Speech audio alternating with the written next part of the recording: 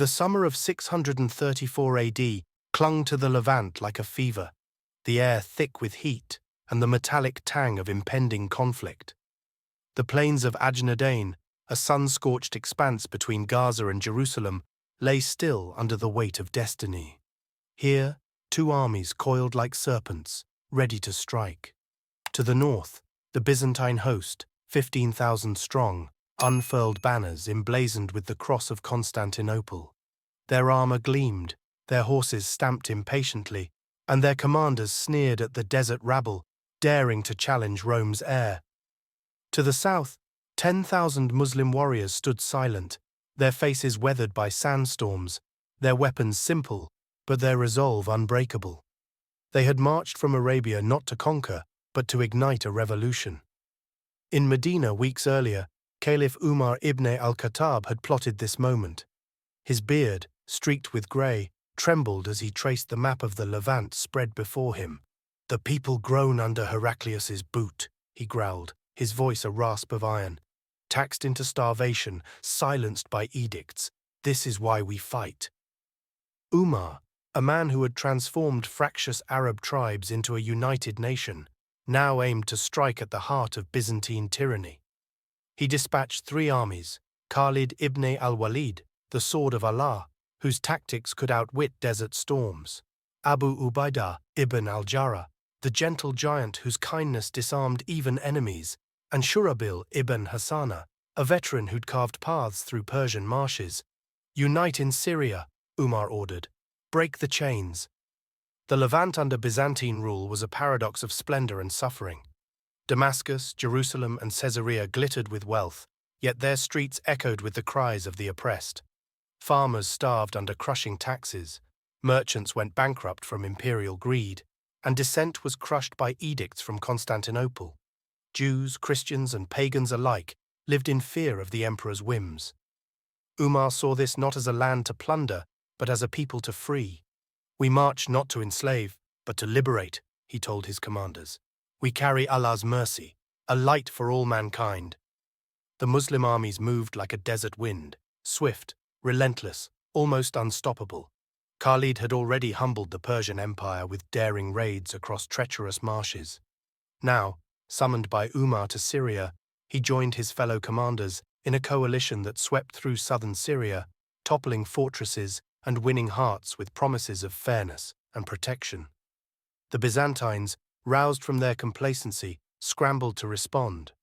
Emperor Heraclius, a shrewd and battle-hardened ruler, poured his resources into a grand army, determined to crush these desert upstarts before they could threaten Jerusalem.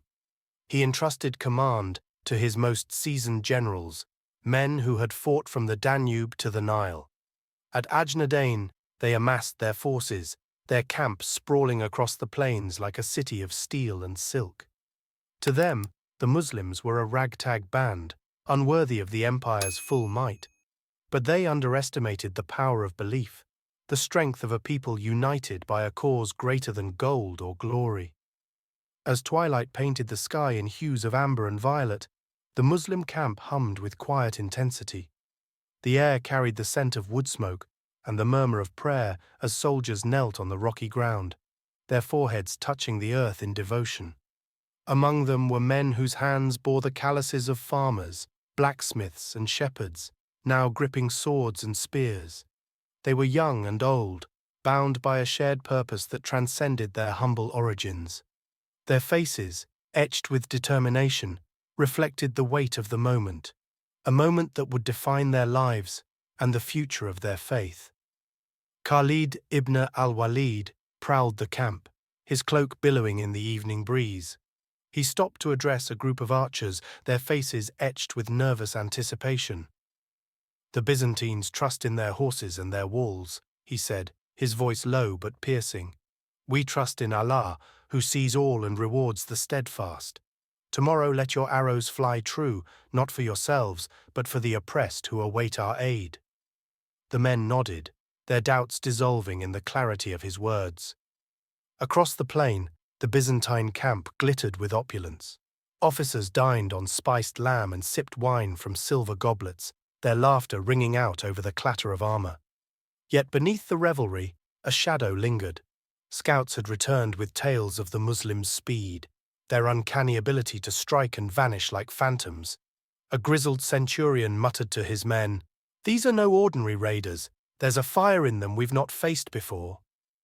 Morning broke over Ajnadayn with a fierce golden light, illuminating a battlefield vast and unforgiving. The Byzantine army unfurled like a tapestry of war, cavalry in resplendent mail, their lances glinting like spears of fire, infantry in tight phalanxes, shields locked in an impenetrable wall, archers poised on the ridges, their bows taut with menace. With a blast of trumpets that shook the earth, the Byzantine horsemen charged, a torrent of hooves and steel aimed at the Muslim lines. The Muslim soldiers stood at the forefront, their pulses racing as the ground quaked beneath them. They clutched their weapons, their grips tightening as they whispered prayers taught to them by their mothers and fathers.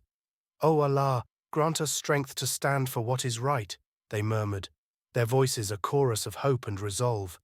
To their left, a grizzled warrior raised his spear and bellowed, "For the sake of justice, hold fast!" The clash was cataclysmic. Byzantine lances pierced the air, striking shields and flesh with brutal force. The Muslim archers responded, their arrows arcing like a deadly rain, felling riders and sowing chaos in the enemy's vanguard. Men ducked beneath sweeping blades, striking back with swords and spears, their fear swallowed by a surge of determination. Around them, their comrades fought with a ferocity born of faith, their simple weapons meeting the empire's finest steel. High above the melee, Khalid surveyed the battlefield from a rocky outcrop, his gaze cutting through the haze of dust and blood. He saw the Byzantine cavalry pressing deep, their arrogance blinding them to danger. With a flick of his hand, he unleashed his trap, a hidden contingent of horsemen held in reserve among the gullies. They emerged like spectres, their mounts kicking up clouds of grit as they descended upon the Byzantine flanks. The impact was devastating. Arrows thudded into exposed ranks, swords flashed in the sunlight, and the enemy's cohesion unraveled. Khalid himself rode into the fray, his black stallion rearing as he cut a path through the chaos. His presence was a beacon, rallying the Muslims to press their advantage. At the rear, the wounded staggered in, their faces pale but resolute. Women and men who had volunteered to tend the injured worked tirelessly, their hands moving with practiced grace as they bound wounds and whispered words of comfort. "You've fought bravely," they told the bloodied warriors. "Rest now. Allah sees your sacrifice." Their calm amid the storm mirrored the resolve of the fighters, a testament to the strength that flowed through every soul in the Muslim ranks. The sun climbed higher, its heat a relentless foe as the battle stretched into the afternoon. Sweat stung eyes, muscles screamed with fatigue, but the Muslims pressed on, their spirits unbroken. They drew strength from the Quran's promise. Indeed, with hardship comes ease. Their chants grew louder, a defiant hymn that drowned out the Byzantine war cries. The enemy, though vast in number, began to waver. The grizzled centurion saw his men falter. Conscripts pressed into service, mercenaries lured by coin. None matched the Muslims' fervor.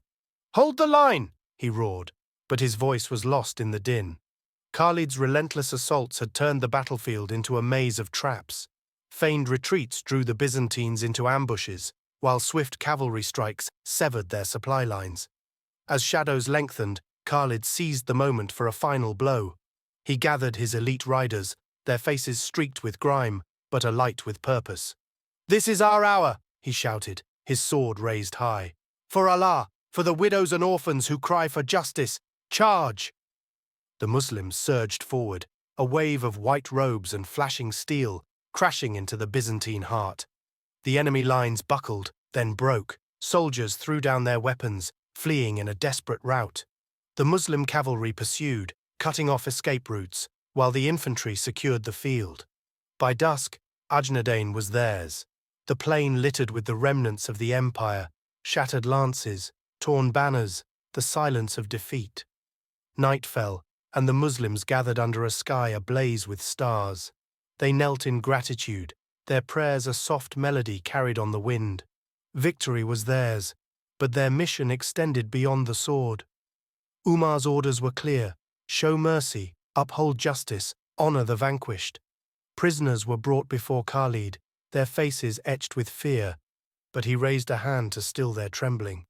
Those who lay down their arms will find safety, he declared. We seek not vengeance, but peace. In the days that followed, the Muslims moved through the village. Their actions stood in stark contrast to the Byzantines' tyranny. Taxes were lifted, churches and synagogues stood unmolested, and the people, long accustomed to cruelty, marveled at this new order. A villager approached Abu Ubaydah with a basket of bread, a gesture of thanks. "You've given us hope," she said, her voice trembling. He smiled gently. "This is Islam, a shield for the weak, a light for all." The Battle of Ajnadayn was more than a victory, it was a turning point. The Byzantine grip on the Levant weakened, the road to Jerusalem lay open, and Caliph Umar's vision took root in the hearts of thousands. News of the triumph spread, a beacon to those who yearned for justice, a warning to those who clung to oppression. For the Muslims, it was a testament to their spirit, a people forged in the crucible of faith, united by a purpose that transcended borders. They were warriors, yes, but also healers, builders, bearers of a message that promised dignity to all. As dawn broke over Ajnadayn, painting the plains in hues of rose and gold, the echoes of battle gave way to a new sound, the quiet hope of a world reborn. At Chronicle Portal, we don't just recount history, we uncover its soul, its lessons, its power to shape what comes next. Stay with us, subscribe, like, and join the conversation in the comments. Your voice matters. Together, we'll bring the untold stories of yesterday into the light of today and forge a deeper understanding of tomorrow. Because history doesn't just belong to the past, it belongs to you.